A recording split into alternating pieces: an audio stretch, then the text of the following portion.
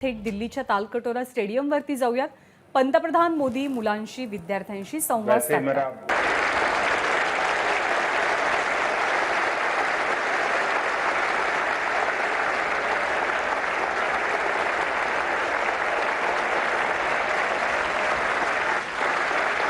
आप सबको नमस्कार.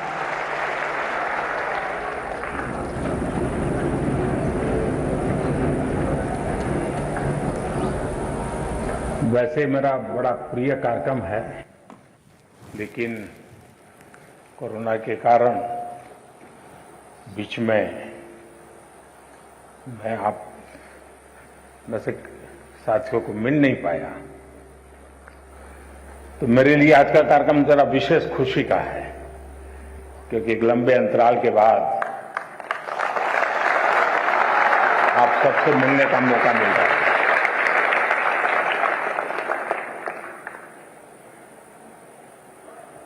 मुझे नहीं लगता है कि परीक्षा का आप लोगों को कोई टेंशन होगा. मैं सही हूं ना? मैं सही हूं ना? आप लोगों को टेंशन नहीं होगा ना?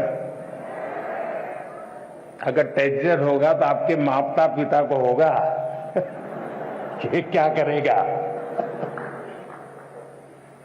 सच में बताइए, किसको टेंशन है, आपको कि आपके परिवार वालों को? जिनको खुद को टेंशन है वो हाथ ऊपर करे. अच्छा, अभी भी लोग हैं. अच्छा, और जिनका पक्का विश्वास है कि मम्मी पापा को टेंशन है, वो कौन कौन है? ज्यादा लोग वही है. कल विक्रम संवत नव वर्ष शुरू हो रहा है, और वैसे ही अप्रैल महीना हमारे देश में अनेक त्योहारों से भरा रहता है. मेरी आने वाले सभी त्योहारों के लिए आप सबको बहुत बहुत शुभकामनाएं. लेकिन त्योहारों के बीच में एग्जाम भी होती है, और इसलिए त्योहारों का मजा नहीं ले पाते हैं. लेकिन अगर एग्जाम को ही त्योहार बना दें तो फिर वो त्योहार में कई रंग भर जाते हैं. और इसलिए आज का हमारा कार्यक्रम, हम हमारे एग्जाम्स में त्योहार का वातावरण कैसे बनाएं, उसको रंगों से कैसे भर दें, उमंग उत्साह के साथ हम परीक्षा के लिए कैसे प्रस्थान करें, इन्हीं बातों को लेकर के हम चर्चा करेंगे. कई साथियों ने बहुत सारे सवाल मुझे भेजे भी हैं. कुछ लोगों ने मुझे ऑडियो मैसेज भी भेजा है, कुछ लोगों ने वीडियो मैसेज भेजा है. मीडिया के साथियों ने भी स्थान स्थान पर विद्यार्थियों से बातें करके कई सवाल निकाले हैं. लेकिन समय सीमा में जितना कर सकता हूं उतना जरूर करूंगा. लेकिन मैं इस बार एक नया साहस करने वाला हूं. बस क्योंकि पिछले 5 बार का अनुभव है कि बाद में कुछ लोगों की शिकायत रहती है कि मेरी बात रह गई, मेरी बात नहीं आई वगैरह. तो मैं एक काम करूंगा इस बार कि आज जितना हो सकता है समय की सीमा में हम बातें करेंगे. लेकिन बाद में आपके जो सवाल है उसको मैं, अगर समय मिला तो वीडियो के माध्यम से,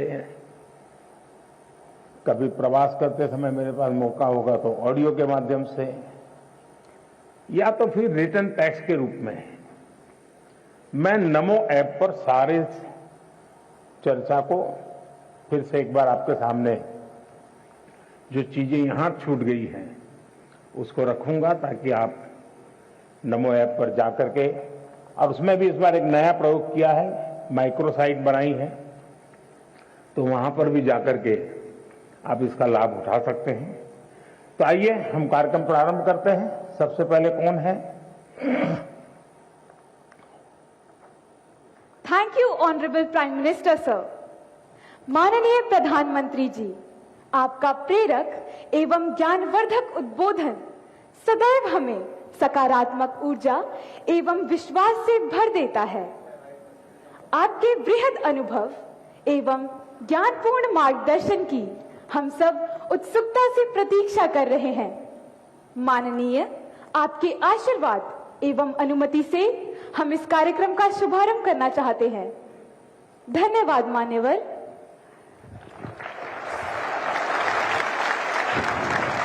माननीय प्रधानमंत्री जी, भारत की राजधानी ऐतिहासिक नगरी दिल्ली के विवेकानंद स्कूल की कक्षा 12वीं की छात्रा खुशी जैन आपसे प्रश्न पूछना चाहती हैं।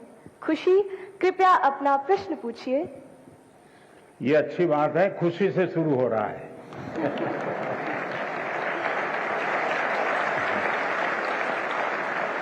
और हम भी चाहते हैं कि परीक्षा पूरी होने तक खुशी ही खुशी रहे। माननीय प्रधानमंत्री महोदय, नमस्कार। नमस्ते। मेरा नाम खुशी जैन है। मैं कक्षा 12वीं विवेकानंद स्कूल आनंद विहार दिल्ली की छात्रा हूँ।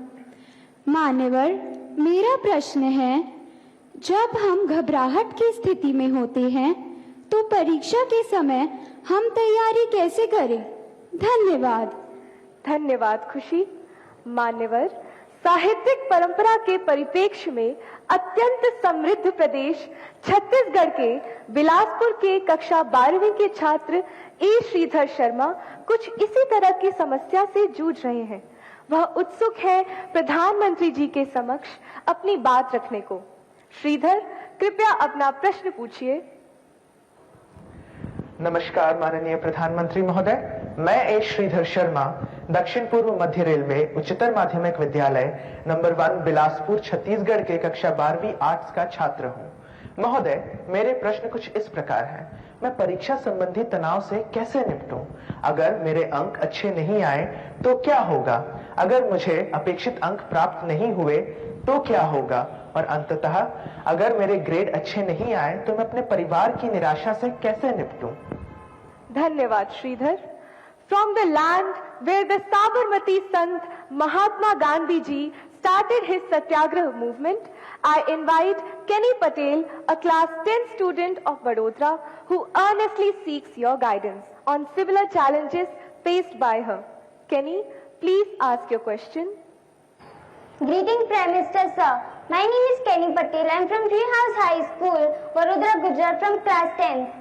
My question is how to overcome the stress of completing the whole syllabus with a proper revision to enhance our marks and result, and how to take proper sleep and rest during the examination time. Thank you sir. Thank you Kenny. माननीय प्रधानमंत्री जी, खुशी, श्रीधर शर्मा तथा केनी पटेल परीक्षा के तनाव से व्यथित हैं। उन्हीं की तरह देश भर से अनेक विद्यार्थियों ने एग्जाम स्ट्रेस से संबंधित प्रश्न पूछे हैं। परीक्षा के तनाव से लगभग सभी विद्यार्थी प्रभावित होते हैं और आपके मार्गदर्शन के अभिलाषी हैं। माननीय प्रधानमंत्री जी, एक साथ आप लोगों ने इतना सवाल पूछ लिए हैं कि ऐसा लग रहा है कि मुझे ही पैनिक से गुजरना पड़ेगा। देखिए, आपके मन में भय क्यों होता है, ये प्रश्न मेरे मन में है। क्या आप पहली बार एग्जाम देने जा रहे हैं? क्या आप में से कोई नहीं है जो पहली बार एग्जाम देने जा रहा है? मतलब कि आपने बहुत सारी एग्जाम दे चुके हैं और अब तो आप प्रकार से एग्जाम के इस दौर से आखिरी छोर की तरफ पहुंच चुके हैं। इतना बड़ा समंदर पार करने के बाद किनारे पर डूबने का डर, ये तो दिमाग में बैठता नहीं है। तो पहली बात है कि आप मन में एक बार तय कर लीजिए कि परीक्षा जीवन का एक सहज हिस्सा है। हमारी विकास यात्रा का छोटे छोटे पड़ाव है और उस पड़ाव से हमें गुजरना है। हम गुजर चुके हैं। जब इतनी बार हम एग्जाम दे चुके हैं, एग्जाम देते एक प्रकार से हम एग्जाम प्रूफ हो गए हैं। और जब ये विश्वास पैदा हो जाता है तो ये नहीं, आने वाली किसी भी एग्जाम के लिए ये अनुभव अपने आप में आपकी ताकत बन जाते हैं। इसे, आपके इन अनुभव को, जिस प्रक्रिया से आप गुजरे हैं, उसको आप कतई छोटा मत मानिए। दूसरा, ये आपके मन में जो पैनिक होता है, क्या ये तो नहीं है कि प्रिपेयर्डनेस में कमी है?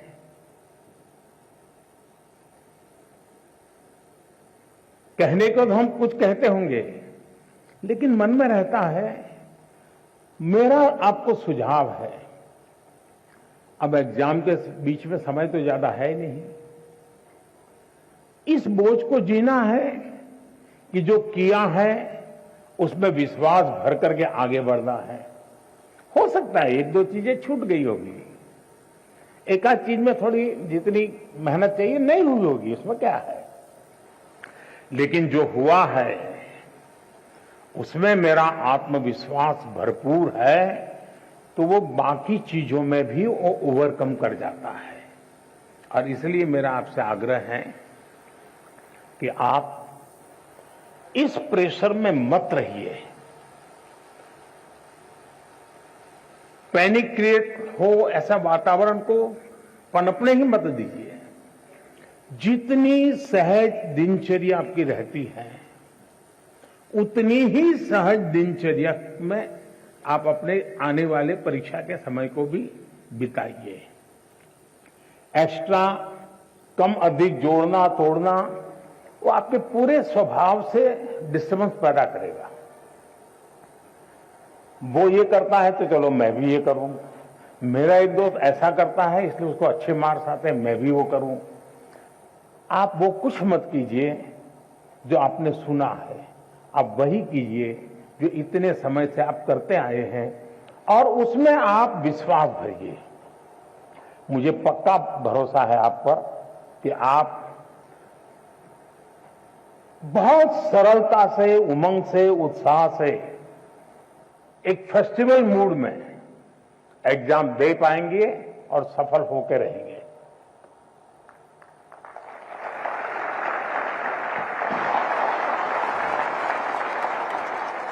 Thank you, Honorable Prime Minister, sir, for teaching us to accept exams as a natural experience, to believe in ourselves. Honorable Prime Minister, sir, the next question comes from Mysuru in Karnataka, renowned for its heritage destinations and national parks. Tarun MB, who is a class 11 student here, seeks a solution to his problem. Tarun, may we have your question, please? Good morning, sir. I am Tarun MB, studying in class 11th at Jawahar Navodaya Vidyalaya, Mysuru, Karnataka. I express my sincere gratitude in being given an opportunity to participate in the 5th edition of Pariksha Pe Charcha 2022. My question to our Honorable Prime Minister Shri Narendra Modi ji is, sir, how can you be a student focused while studying online? Because there are so many distractions like YouTube, WhatsApp and other social media. It is very difficult to study online without disturbance. Sir, is there any solution for this? Thank you, sir. Thank you, Tarun. Honorable Prime Minister, sir, Sahid Ali, a class 10 student of Silver Oak School, Delhi Cantonment Board, is eager to ask his question on a similar subject. Sahid, please ask your question. नमस्कार महोदय, माननीय प्रधानमंत्री जी, मैं Sahid Ali silver oak school Delhi cantonment board में 10वीं कक्षा का छात्र हूँ।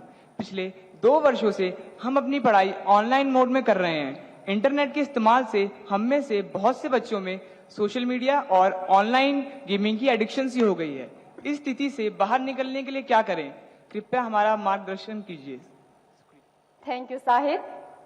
Honorable Sir, Kirtana Nair, a class 10 student from Thiruvananthapuram, Kerala, is plagued by the same problem and expects to receive guidance from you, sir.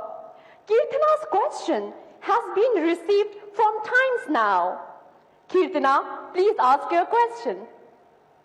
Hi, I am Kirtana from class 10 in Christ School, Thiruvananthapuram, Kerala. As we all know, our classes have shifted online during the pandemic. There's so much distraction in our homes in the form of mobile, social media, etc. Sir, so my question is, how can we improve the learning through online classes? Thank you, Kirtana. Honorable Sir, online education has challenged not only students but teachers too. Mr. Chandra Chudeshwaran M., a teacher from Krishnagiri, seeks guidance and direction from you. Sir, please ask your question. Namaste, Honorable Prime Minister, sir. I am Chandra Chudeshwaran from the Ashok Leyland School, Hosur, Tamil Nadu. My question is, as a teacher, conducting online teaching and learning has become a challenge. How best to face it, sir? Dhanyavad, Mahoday. Thank you, sir.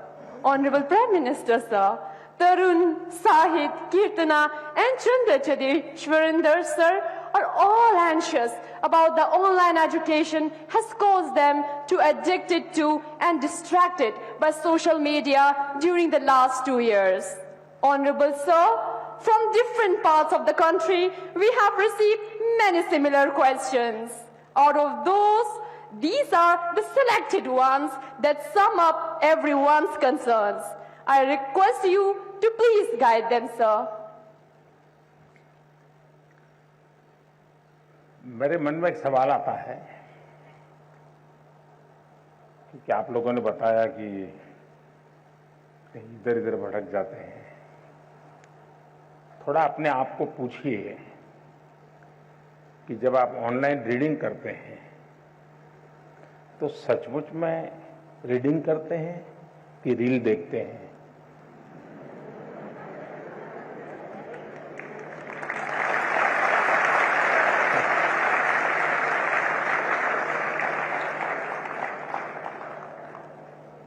अब मैं आपको हाथ ऊपर नहीं कराऊंगा, लेकिन आप समझ गए कि मैंने आपको पकड़ लिया है।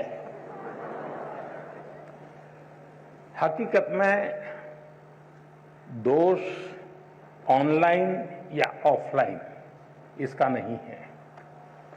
आप अनुभव किए होंगे, क्लास में भी बहुत बार आपका शरीर क्लासरूम में होगा, आपकी आंखें टीचर की तरफ होगी, लेकिन कान में एक भी बात नहीं जाती होगी,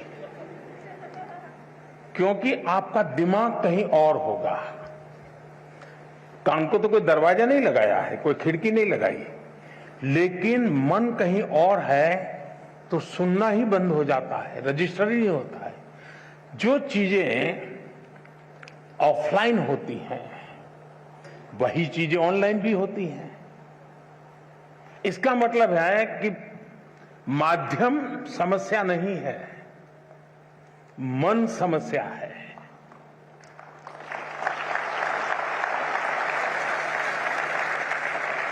माध्यम ऑनलाइन हो या ऑफलाइन, अगर मेरा मन पूरी तरह उससे जुड़ा हुआ है, उसमें डूबा हुआ है, मेरा एक खोजी मन है जो उसमें की बारीकियों को पकड़ने की कोशिश कर रहा है, तो आपके लिए ऑनलाइन या ऑफलाइन मैं नहीं मानता हूं कि कोई फर्क पड़ सकता है। और इसलिए हम, जैसे युग बदलता है तो माध्यम भी बदलते रहते हैं।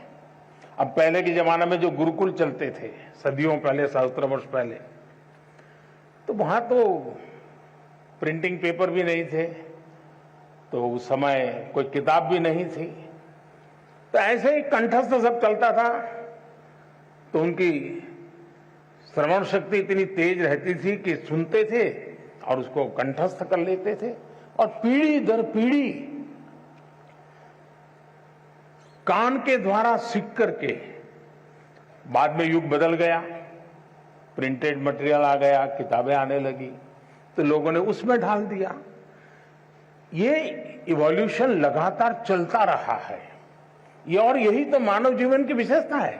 तो वो इवोल्यूशन का एक हिस्सा है कि आज हम डिजिटल गैजेट के माध्यम से, नए टेक्नोलॉजिकल टूल के माध्यम से बड़ी आसानी से चीजों को प्राप्त कर सकते हैं और बड़े व्यापक रूप से प्राप्त कर सकते हैं। इसे हमने एक अपॉर्चुनिटी मानना चाहिए, हमने इसे समस्या नहीं मानना चाहिए। लेकिन ये भी सही है कि कभी हमने एक कोशिश करनी चाहिए, हम ऑनलाइन हमारी पढ़ाई को एक रिवॉर्ड के रूप में अपने टाइम टेबल में रख सकते हैं।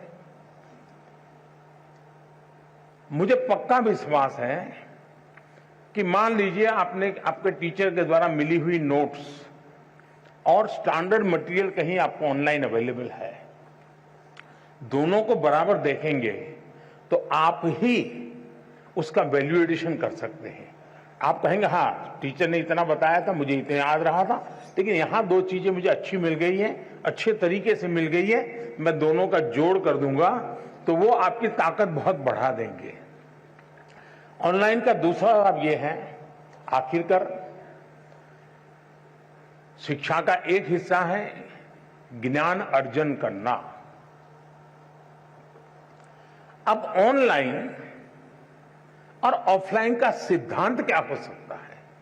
मैं मानता हूं ऑनलाइन पाने के लिए है, ऑफलाइन बनने के लिए है।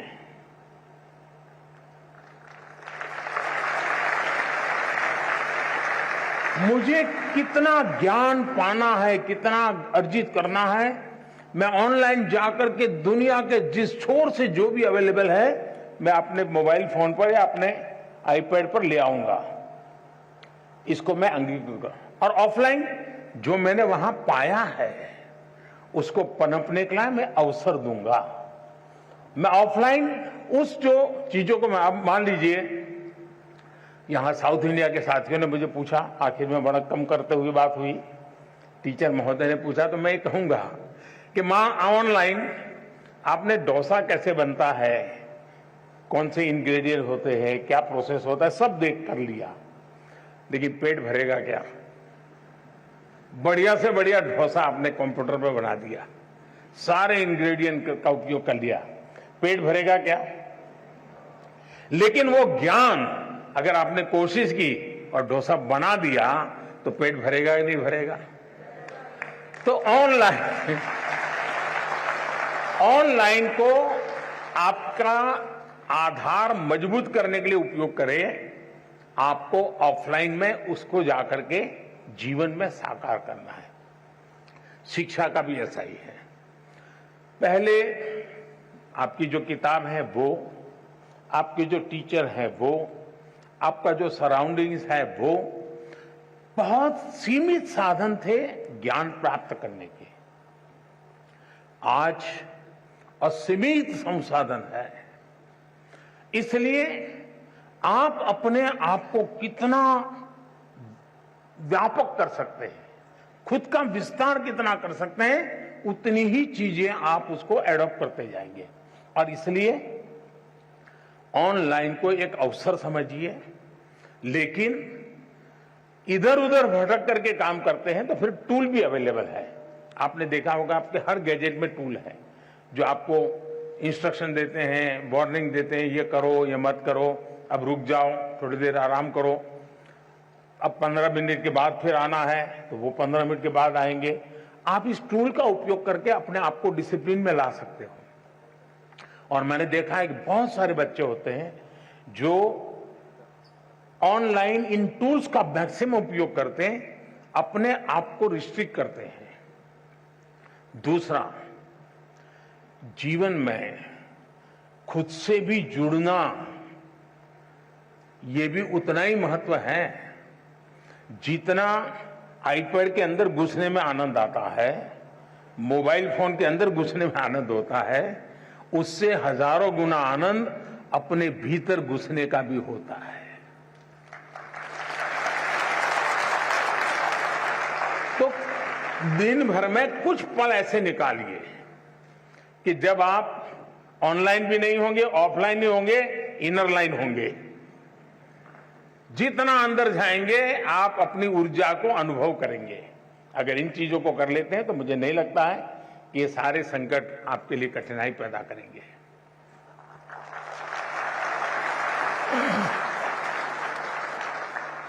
माननीय प्रधानमंत्री जी, आपने हमें मूल मंत्र दिया कि जब हम एकाग्र मन होकर अपनी पढ़ाई करें तो सफलता हमें अवश्य मिलेगी। धन्यवाद महोदय। माननीय प्रधानमंत्री जी, वैदिक सभ्यता और सिंधु घाटी सभ्यता के मुख्य निवास स्थान पानीपत हरियाणा से सुश्री सुमन रानी, जो कि एक शिक्षिका है, आपके समक्ष अपना प्रश्न रखना चाहती है। सुश्री सुमन रानी मैम, कृपया अपना प्रश्न पूछिए। महोदय जी, मैं Suman Rani, TGT social science, DAV police public school Panipat से। सर, मेरा आपसे प्रश्न है कि नई शिक्षा नीति छात्रों को उनके कौशल को विकसित करने में नए अवसर कैसे प्रदान करेगी? धन्यवाद महोदय। धन्यवाद मैम। मान्यवर, पूर्व के स्कॉटलैंड नाम से प्रसिद्ध मेघालय के ईस्ट खासी हिल्स की कक्षा 9वीं की छात्रा शीला वैष्णव भी आपसे इसी विषय पर प्रश्न पूछना चाहती है। शीला, कृपया अपना प्रश्न रखें। Good morning, sir. I am Sheila Vaishnav of Jawahar Navodaya Vidyalaya, Maflak, East Khasi Hills, Meghalaya, studying in class 9th. My question to Honorable Prime Minister is how provisions of National Education Policy will empower students' lives in particular and society in general and pave way for Naya Bharat. Thank you, sir. Thank you Sheela. श्रद्धेय प्रधानमंत्री जी, नई शिक्षा नीति को ध्यान में रखते हुए इस तरह के कई और भी सवाल देश भर से प्राप्त हुए हैं, जिनमें विद्यार्थियों ने यह अभिव्यक्त किया है कि हमारी रुचि कुछ और होती है, हम विषय कोई और पढ़ रहे होते हैं। ऐसी स्थिति में क्या करें? कृपया मार्गदर्शन कर कृतार्थ करें। जरा गंभीर प्रकार का सवाल पूछा है और इतने कम समय में उसका पूरा विस्तार से जवाब देना भी कठिन है। पहली बात तो है, ये न्यू एजुकेशन पॉलिसी के बजाय हम ये कहें ये नेशनल एजुकेशन पॉलिसी है, एनईपी। कुछ लोग एन को न्यू कहते हैं, एक्चुअली ये नेशनल एजुकेशन पॉलिसी है।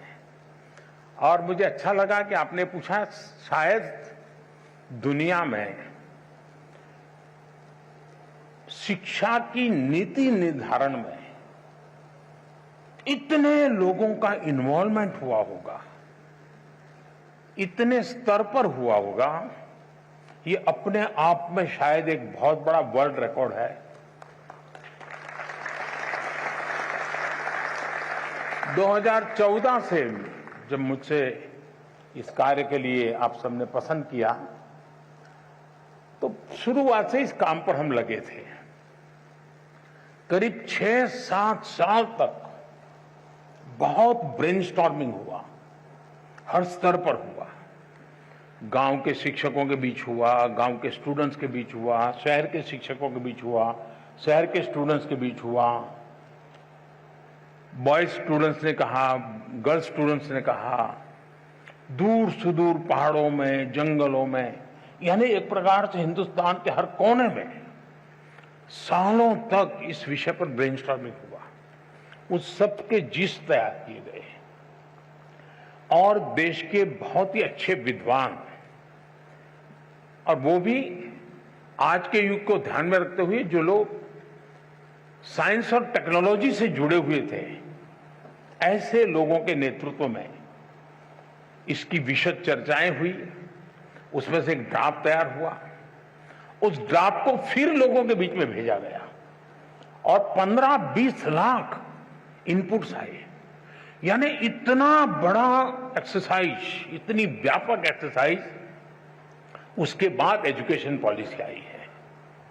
और ये एजुकेशन पॉलिसी को मैंने देखा है कि पॉलिटिकल पार्टी, सरकार कुछ भी करें तो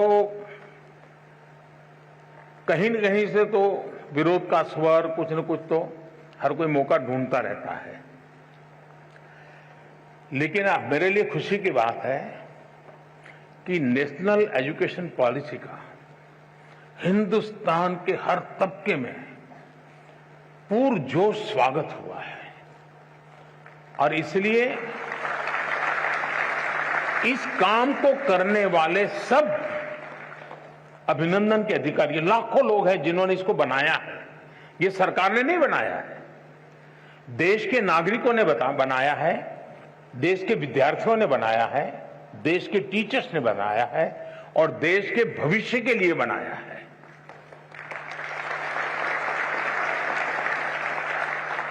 अब एक छोटा सा विषय, पहले हमारे यहां खेलकूद एक एक्स्ट्रा एक्टिविटी माना जाता था। आपको जो 5वीं, 6ठी, 7वीं में पढ़े होंगे उनको पता होगा। अब इस नेशनल एजुकेशन पॉलिसी में वो शिक्षा का हिस्सा बना दिया गया है।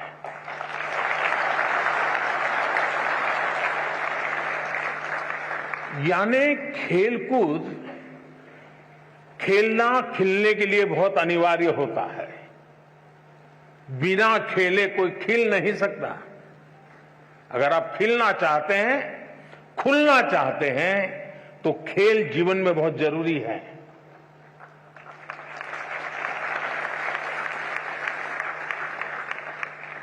टीम स्पिरिट आता है, साहस आता है, अपने प्रतिस्पर्धी को समझने की ताकत आती है। ये सारी किताबों में से जो सीखते हैं, खेल के मैदान में आसानी से सीख सकते हैं। लेकिन वो पहले हमारी शिक्षा व्यवस्था से बाहर था, एक्स्ट्रा एक्टिविटी था, उसको प्रतिष्ठा दी।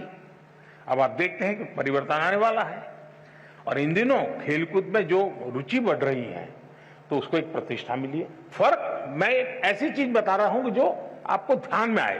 कहने के लिए तो मेरे पास बहुत सारी चीजें हैं। उसी प्रकार से क्या हम 20वीं सदी की नीतियों को लेकर के 21वीं सदी का निर्माण कर सकते हैं क्या? मैं आप लोगों से पूछता हूं। 20वीं सदी की सोच, 20वीं सदी की व्यवस्था, 20वीं सदी की नीति, इससे 21वीं सदी में आगे बढ़ सकते हैं क्या? जरा जोर से बताइए ना। नहीं बढ़ सकते ना। तो हमें 21वीं सदी के अनुकूल अपनी सारी व्यवस्थाओं को, सारी नीतियों को ढालना चाहिए कि नहीं ढालना चाहिए? अगर हम अपने आप को इवॉल्व नहीं करेंगे तो हम ठहर जाएंगे, और ठहर जाएंगे ऐसा नहीं, हम पिछड़ जाएंगे। और इसलिए भी वैसे बीच में समय जितना जाना चाहिए था उससे ज्यादा चला गया, उससे देश का नुकसान हुआ है। लेकिन अब जब हम पहुंच चुके हैं, अब जैसे आज हम देखते हैं कि कभी कभार मां बाप की इच्छा के कारण, रिसोर्सेज के कारण, नजदीक में व्यवस्था के कारण हम अपनी इच्छा के शिक्षा के लिए आगे नहीं बढ़ पाते हैं, और सब प्रेशर के कारण और प्रतिष्ठा के कारण एक ढर्रे पर चले गए, हाँ नहीं नहीं डॉक्टर बनना है। लेकिन हमारा जो इंस्टिंक्ट है कुछ और है। मुझे वाइल्ड लाइफ में इंटरेस्ट है, मुझे पेंटिंग में इंटरेस्ट है, मुझे टेक्नोलॉजी में इंटरेस्ट है, मुझे साइंस में इंटरेस्ट है, मुझे रिसर्च में इंटरेस्ट। अब कारणों से मेडिकल में तो चला गया, पहले तो गए हैं, तो फिर इस पाइपलाइन में यहां घुसे आप तो आपको वहां ही निकलना पड़ेगा दूसरे छोर पर। अब हमने कह दिया ऐसा जरूरी नहीं है कि आप प्रवेश कर लिया लेकिन 1 साल 2 साल के बाद लगा कि नहीं नहीं मेरा रास्ता ये नहीं है, मेरा तो मिजाज वो है, मैं तो वहां जाना चाहता हूं। तो अब नेशनल एजुकेशन पॉलिसी आपको नए रास्ते पर जाने का अवसर देती है, सम्मान के साथ अवसर देती है।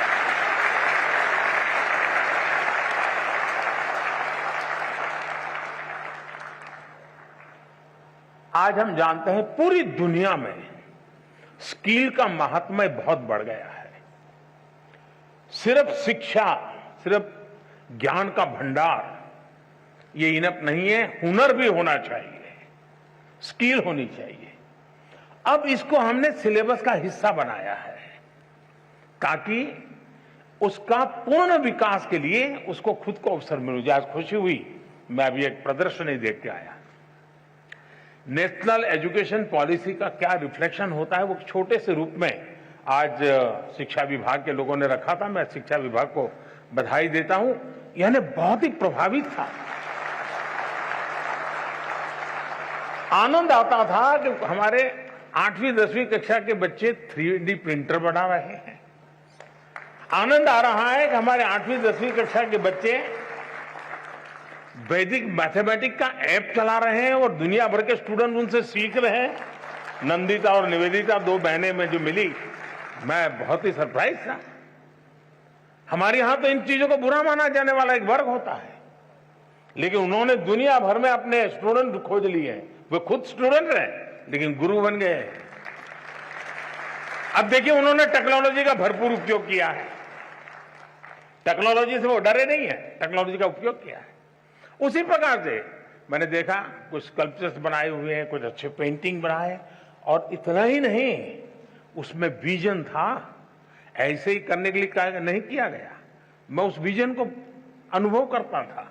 इसका मतलब हुआ कि नेशनल एजुकेशन पॉलिसी व्यक्तित्व के विकास के लिए बहुत सारे अवसर दे रही है। और इस अर्थ में मैं कहूंगा कि हम जितनी बारीकी से नेशनल एजुकेशन पॉलिसी को समझेंगे और प्रत्यक्ष में उसको धरती पर उतारेंगे, आप देखिए मल्टीपल बेनिफिट्स आपके सामने होंगे। तो मेरी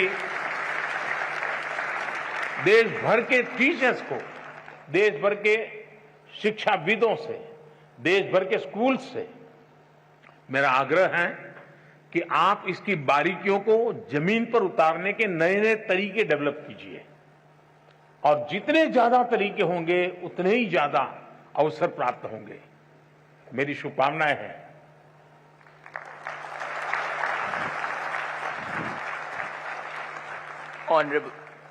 Honorable Prime Minister, sir, now we are absolutely confident that the national education policy will redefine the meaning of education for us and our future is brilliant. हम खेलेंगे तो अवश्य खेलेंगे. Honorable sir, Roshni of Rajkiya Kanya Inter College in the industrial town of Ghaziabad seeks respected Prime Minister's help and guidance on certain issues.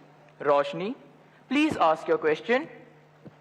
नमस्कार महोदय, माननीय प्रधानमंत्री जी, मैं रोशनी राजकीय कन्या इंटर कॉलेज विजयनगर गाजियाबाद उत्तर प्रदेश में 11वीं कक्षा की छात्रा हूँ।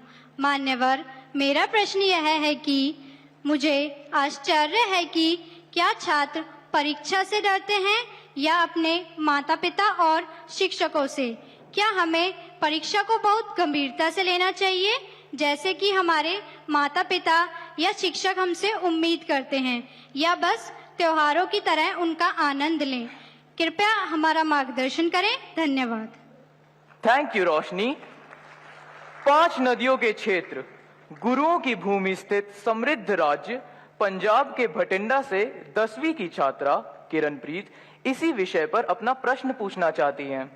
किरणप्रीत, कृपया अपना प्रश्न पूछें। Good morning, Honorable Prime Minister Sir. My name is Kiranpreet Kaur of class 10th. I study in Doon Public Senior Secondary School, Kalyan Sukha, District Bathinda, Punjab. Sir, my question to you is, how do I deal with my family's disappointment if my results are not good? I don't have negativity against my parents, because I know they need more reassurance than I do. Thank you, sir. Please guide me. धन्यवाद Kiranpreet. Honorable Prime Minister Sir, like many of us, Roshni and Kiranpreet also find it a challenge to deal with the expectations of their parents and teachers. We look forward to your advice. Honorable Sir. रोशनी, क्या कारण है कि आपने जब ये सवाल पूछा तो सबसे ज्यादा तालियां बजी? क्या कारण है?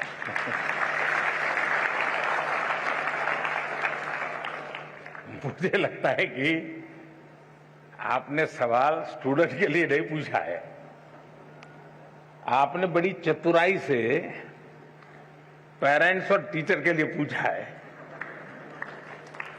और मुझे लगता है कि आप चाहती हैं कि मैं आज यहाँ से हर एक के पेरेंट्स को और टीचर्स को कुछ यहाँ से कह दूं ताकि आपके काम आ जाए।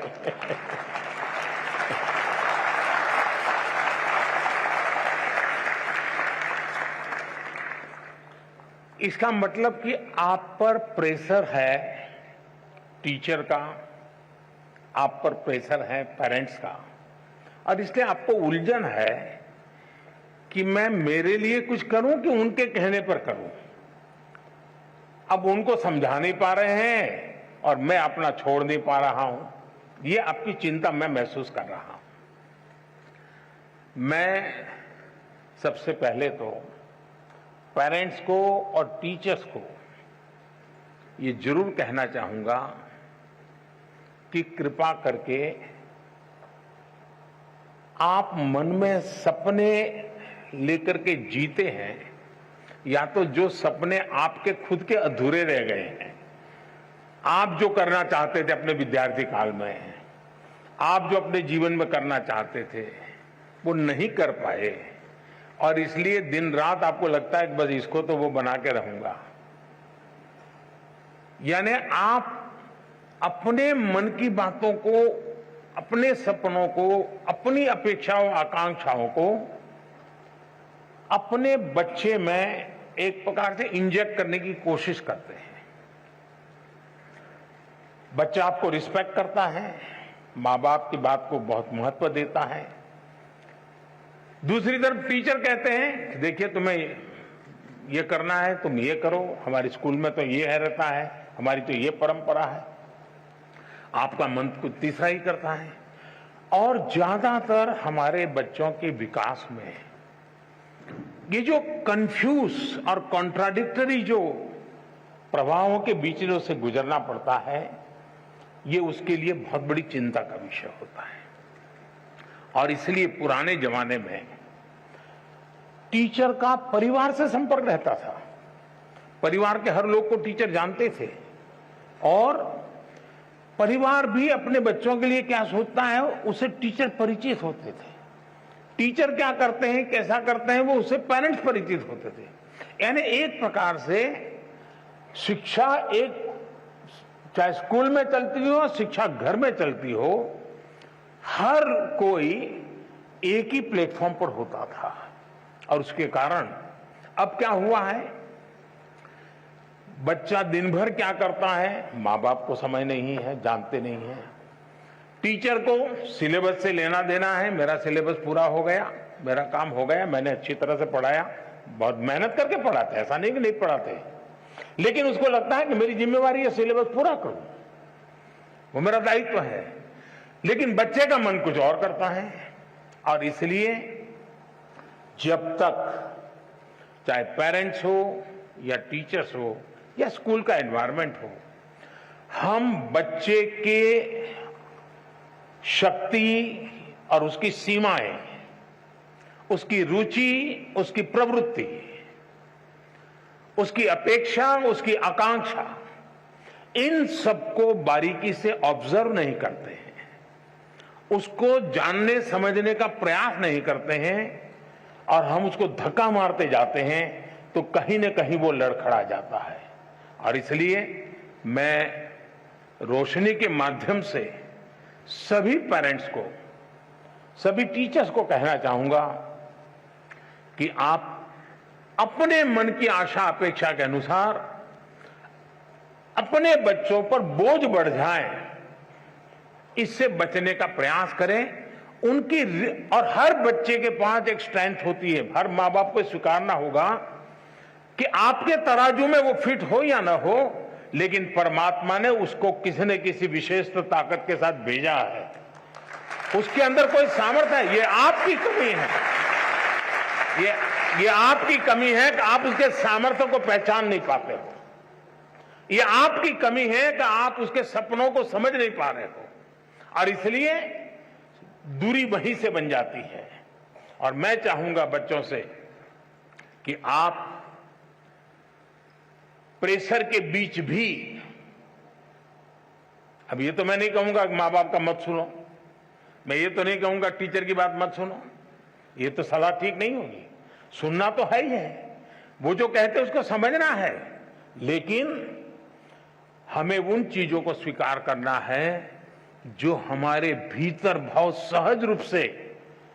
आपने देखा होगा धरती भी वैसे तो निर्जीव लगती है, एक बीज बोएंगे तो उसमें से कुछ नहीं निकलता है, लेकिन उसी धरती पर दूसरा बीज बोएंगे तो बहुत कुछ निकल के आता है, बहुत बड़ा वटवृक्ष बन जाता है। दोष धरती का नहीं है, कौन सा बीज बोया है उस पर है। और इसलिए आपको पता है कि कौन सी चीज आप आसानी से अडॉप्ट कर लेते हैं, कौन सी चीज आपको मन के साथ एकदम उसमें आगे बढ़ जाते हैं। आप जी जान से उसमें जीतते जाइए, आपको कभी बोझ महसूस नहीं होगा। और शुरू में शायद रुकावट आएगी, लेकिन बाद में परिवार गर्व करने लग जाएगा। हाँ, हम तो सोचते थे कि इसमें ये बहुत अच्छा किया, आज तो हमारा नाम रोशन हो गया। 4 लोगों के बीच में बैठते हो तो तारीफ होती है। जो कल तक आप कोई ताकत को स्वीकार नहीं करते थे, वो आने वाले समय में आप ही के ताकत का गौरव गान करना शुरू कर देंगे। और इसलिए आप हंसते खेलते उमंग के साथ जो मिनिमम रिक्वायरमेंट है उसको पूरा करते हुए अतिरिक्त जो सामर्थ्य है उससे जोड़ते हुए आगे बढ़ेंगे, आपको बहुत फायदा होगा।